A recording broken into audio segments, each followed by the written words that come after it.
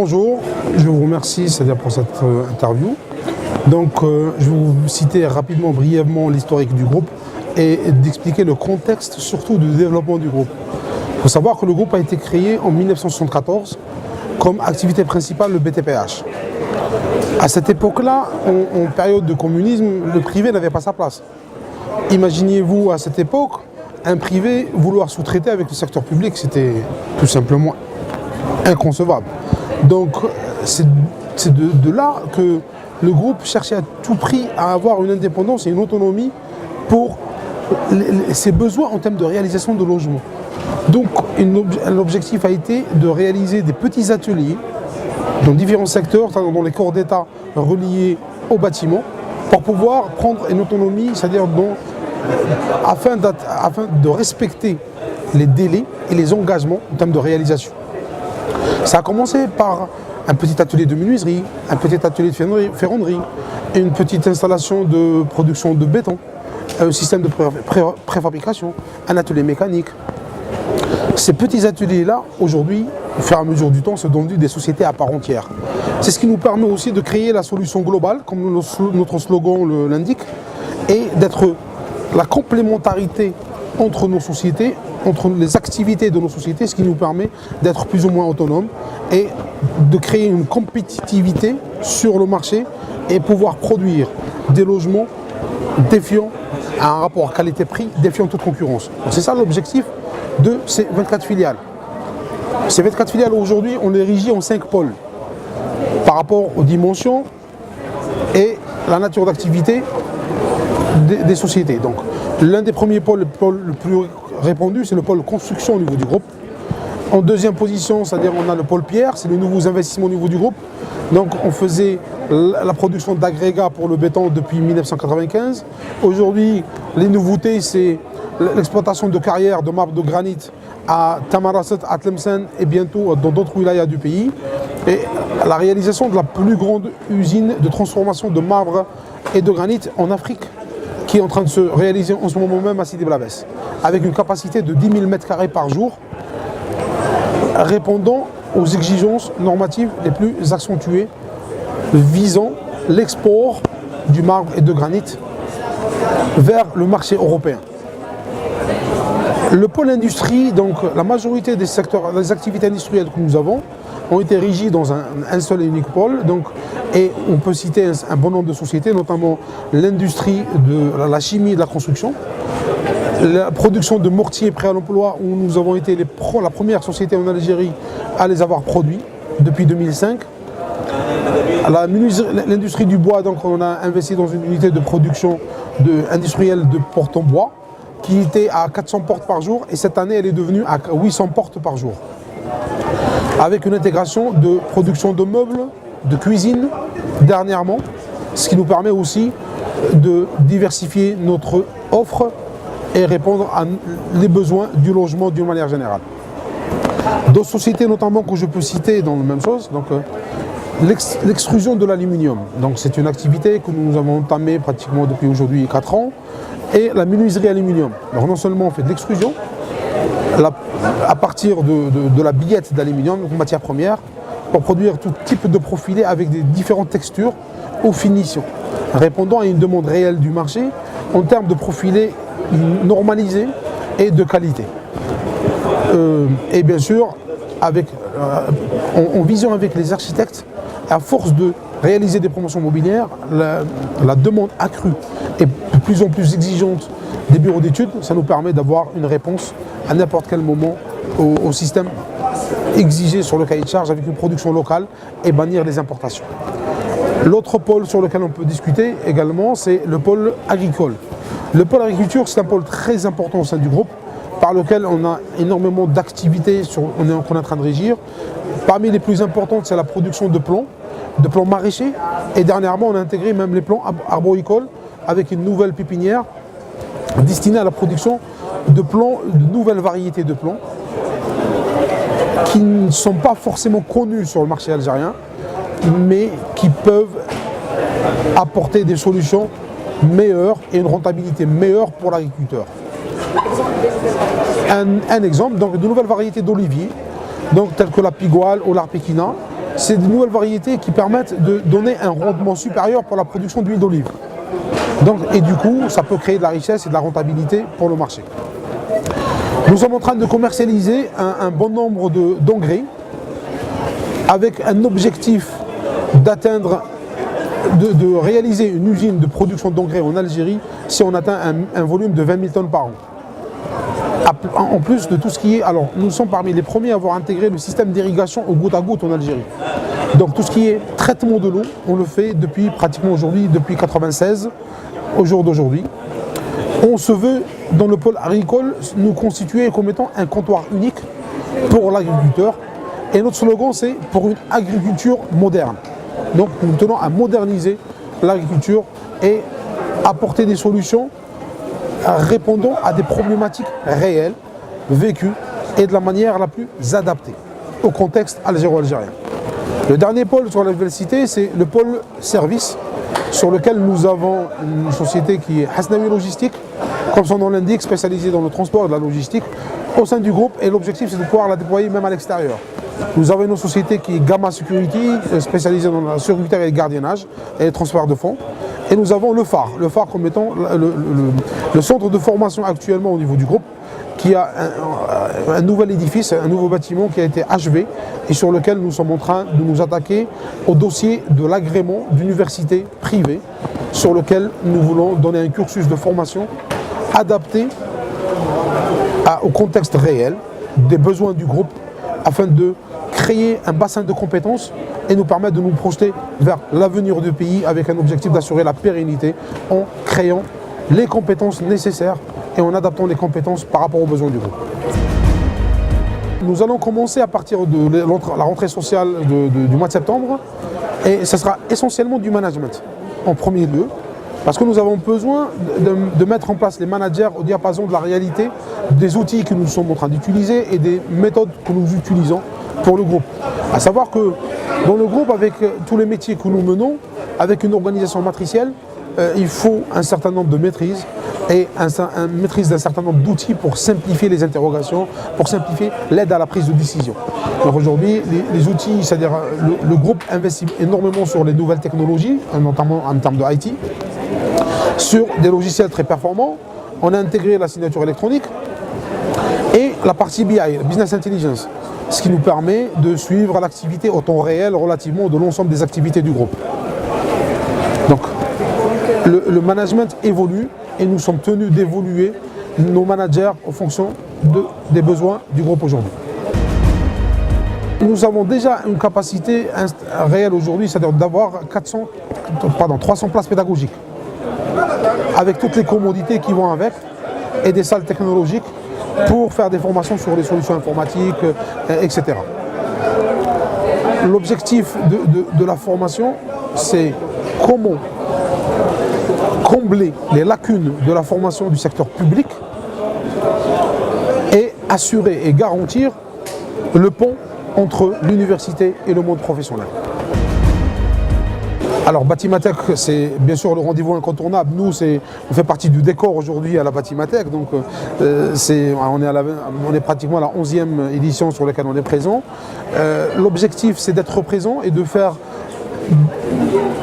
valoir les nouveautés du groupe au sein de ce salon, parce que nous avons des visiteurs fidèles qui viennent nous visiter à chaque année. Donc, cette année, nous avons intégré de nouveaux produits, donc notamment les peintures, la production de peinture à Constantine, la production de résine, la production d'un panneau de plâtre nouveau qui est plus adapté au contexte algérien, parce qu'aujourd'hui, nous, Algériens, on est habitués au dur à l'intérieur du logement. Le panneau de BA13 n'a pas pénétré le logement en termes de cloison intérieure parce que l'Algérien ne fait pas confiance par rapport à sa rigidité. Donc nous avons développé un panneau qui existe ailleurs. On a essayé juste de l'adapter à notre contexte pour donner un panneau très résistant et qui peut supporter une charge de 100 kg. Nous, c'est-à-dire on a l'habitude de vouloir changer la disposition de la maison, donc changer l'emplacement d'une télé avec la BA13, ça devient problématique. Mais avec le panneau de 25 mm, c'est très facile, on peut faire des changements très aisément à l'intérieur du logement. Nous avons aussi de nouvelles portes que nous venons exposer cette année Et c'est des portes techniques, et notamment les portes coup-feu. Nous venons d'avoir des certifications pour les portes coup-feu. Et les certifications que nous avons aujourd'hui, c'est la Qualicote et le Qualinode. Ah pardon. Les certifications pour les portes coup-feu sur les 30, 45, 60 et 90 minutes. Donc la majorité des portes coup-feu aujourd'hui sur le marché étaient importées.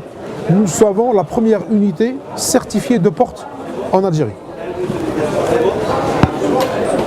Pour l'aluminium, nous avons été aussi certifiés par la certification Qualicote et Qualinode, sur lesquelles on vient faire des expositions de nouveaux produits et surtout l'anodisé, pratiquement on est les seuls à offrir cette solution.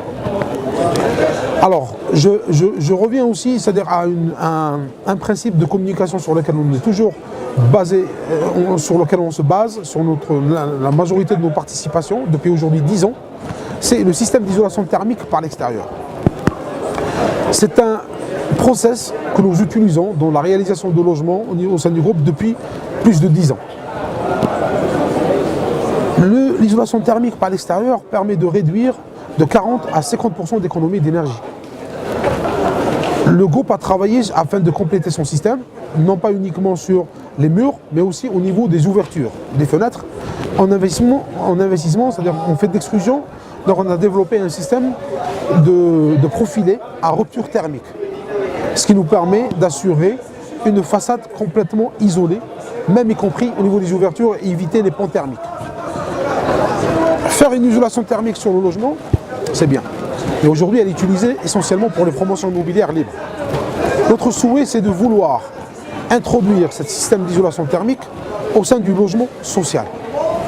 C'est la classe la plus démunie de la société qui a besoin d'isolation thermique, qui a besoin de faire des économies sur sa facture d'énergie. Il faut dire que l'énergie en Algérie aujourd'hui, elle est subventionnée. En entendant les déclarations des pouvoirs publics, en disant que les réserves de gaz en Algérie, on en a pour 30 ans, donc c'est le moment, et le moment opportun, de saisir cette occasion pour promouvoir l'isolation thermique par l'extérieur, pour réaliser concrètement une économie d'énergie, et ce qui permet d'assurer le futur de l'Algérie et pouvoir donner des possibilités d'exportation des ressources naturelles que nous avons et une valeur ajoutée supplémentaire au lieu de la consommation locale. Donc c'est un sorte de mécanisme, c'est un contexte réel et concret que nous vivons, mais qu'on doit adapter non pas uniquement à une problématique d'un ministère ou d'un segment, mais on est dans un écosystème où nous devons tout prendre en relation et corréler l'ensemble des métiers pour des solutions globales. Le prix des logements sociaux, c'est des prix administrés. Et c'est des superficies limitées par des cahiers de charges très régis et figés. Donc le souhait aujourd'hui, que le pouvoir public joue le jeu en ouvrant un peu ces cahiers de charges, et nous sommes là pour prouver une chose. L'isolation thermique par l'extérieur ne coûte pas forcément plus cher. Dans la réalisation traditionnelle, nous utilisons double paroi au niveau du périmètre du logement. Avec le système d'isolation thermique par l'extérieur, on utilise une seule paroi, avec l'isolation thermique qui vient sur l'extérieur. Ce qui nous fait un gain à l'intérieur du logement de 15 cm en périphérie, qui ne nous fait pas moins de 3 à 4 mètres carrés de gain en surface habitable. La surface habitable, c'est la mesure de vente d'un logement. Si on prend les prix pratiqués aujourd'hui sur le marché des logements sociaux, 40 000 à 50 000 dinars le mètre carré, par les 4 mètres carrés de gain, ça couvre largement le surcoût d'isolation thermique par l'extérieur réalisé sur le logement. C'est-à-dire que ce n'est pas une solution qu'on demande qui coûte forcément plus cher. C'est vrai, c'est la mise en œuvre d'un système, mais il est remplacé par la superficie habitable qui est vendable. D'abord, l'export, c'est une finalité. Il faut un certain nombre de process à maîtriser. Si on ne maîtrise pas convenablement toute la chaîne, on n'ira pas vers l'export.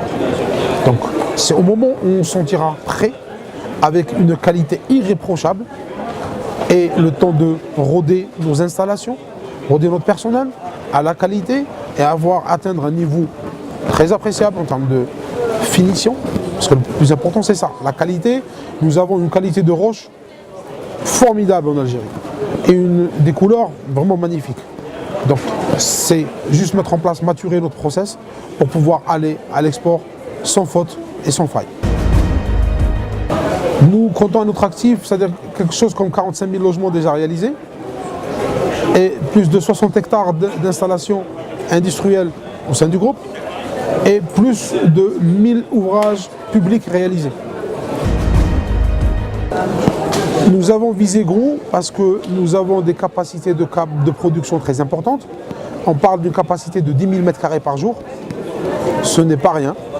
Et ce qui nous permet d'être assez rapide et assez efficace pour pénétrer très rapidement le marché. Et nous avons des prix très étudiés et qui défient toute concurrence des produits à l'importation. Répondre à une problématique qui était éradiquer les façades qui amochaient, éradiquer les paraboles qui amochaient nos façades, la seule solution c'était la triple play, sur lequel le groupe a été très convaincu que c'était une solution, c'est la solution pour l'Algérie.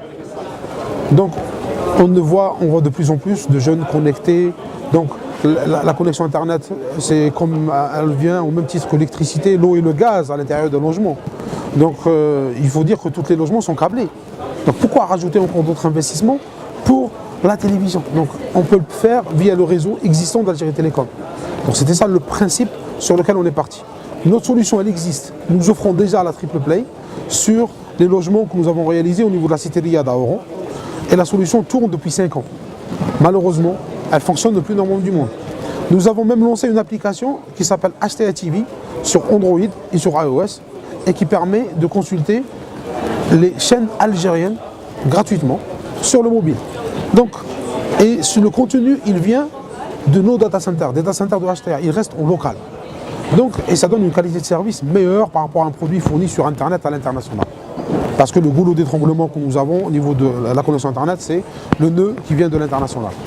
Donc, nous sommes en train d'œuvrer pour ça, mais malheureusement, c'est-à-dire les textes d'application, malgré l'arrivée de la loi en 2017, c'est-à-dire pour le dégroupage, mais les textes d'application et la mise en œuvre n'est pas encore au rendez-vous. C'est un blocage que nous vivons au jour d'aujourd'hui et que nous espérons être débloqué le plus rapidement possible pour nous permettre de déployer la solution.